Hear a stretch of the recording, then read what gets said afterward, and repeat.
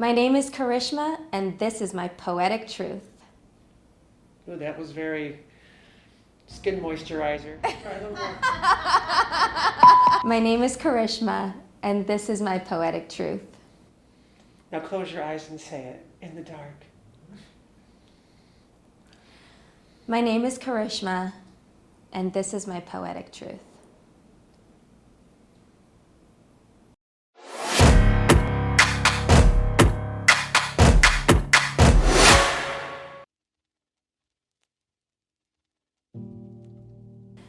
I was surrounded by strong women growing up, and their stories of how they came to the US, because they're immigrants as well, and what they went through to get here, it was always inspiring.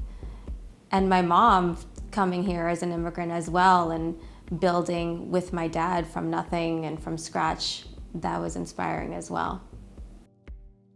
When I was 13, I started getting the leads in school musicals and stuff like that, and so I thought, I should probably take some proper voice lessons. And I went to this voice teacher, and she said, you really shouldn't be an actress, you should be a singer because there's no parts for Indian girls in movies.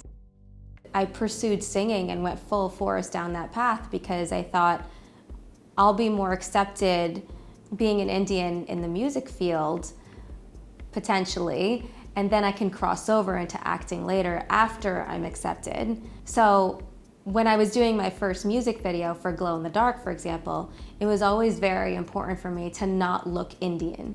It was important for me to be ethnically ambiguous so I would be accepted. I've 100% experienced discrimination for being of Indian, South Asian descent. I can specifically remember one incident that stands out to me was after the attacks on 9/11. Someone threw a brick with a note on it through my family office's window and said, "Die, we're gonna come kill you," and whatever, because they thought that we were Muslim terrorists. So it's really just ignorant and racist. Because you're Indian, they think you're a terrorist. I think having a business background as well as being an artist has actually helped me instead of hindered me in a lot of ways, because not only do I understand what it means to be an artist and where that comes from, and it's all heart and soul, but I understand that marketing of that art is still really important, because without marketing and reaching people, no one's ever going to see or hear that art. The thing that has hindered me, though, is not having a business background. It's being a perfectionist. One thing that I've battled with most of my life, and I still am constantly trying to find the right balance, is having it be good enough and being okay with that. I've definitely experienced misogyny against myself as a woman for being strong. So women usually get a bad rap for knowing what they want, being in charge, and being assertive. Men who behave the same way are looked at in a positive way for being a boss. But if you're a woman, then you're just seen as a bitch. And I really believe that needs to change. Okay, so when we were rehearsing for this video that we unfortunately were never able to put out, it was heavily choreographed, and Brian and I were doing rehearsals, and I am such a perfectionist. One day in rehearsal, he said to me, "You know what, we're gonna rehearse in pitch black darkness," and he shut off all the lights. I could see nothing. It was so freeing to be able to let go that much and just feel the music and feel your body moving without seeing it, to make sure that it had to be perfect. Because the lesson that he taught me was, as long as it feels good, then it's right. I'm ready to release my album as soon as I get the right distribution deal. Tell us about the album. Tell us about it.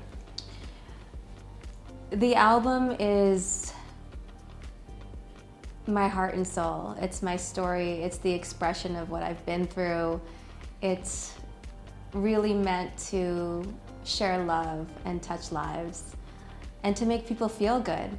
And what did you learn most about yourself while recording this with radio in your little studio out there? What was the hardest thing, biggest thing? The biggest thing I learned making this album was the best stuff comes from when you actually let go.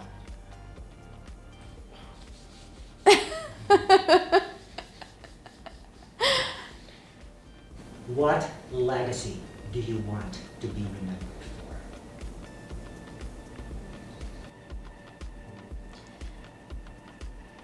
I'd like to be remembered for being a strong Indian woman and being confident in that.